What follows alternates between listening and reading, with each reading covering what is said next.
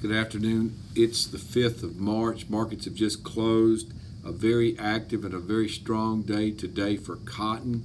We almost touched the limit up 300 at one point in the May.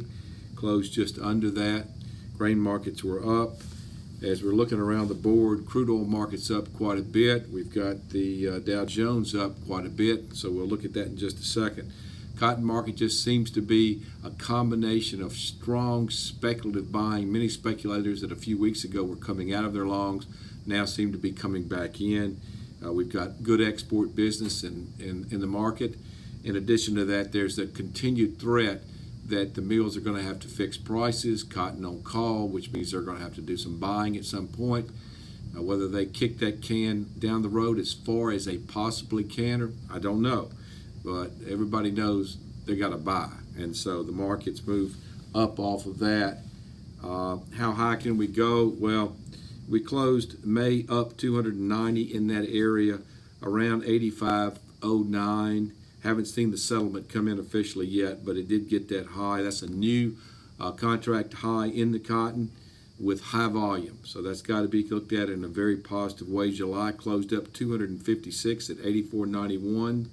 We've got the December up 84 at 77.89.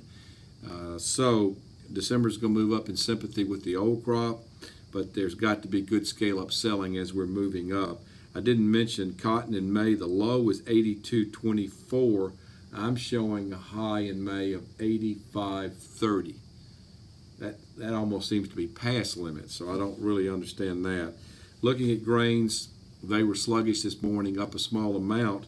Beans closed up 6.5 at 1077.5 for May beans, a high of 1079.25, a low of 1066.5. So that's a big range there.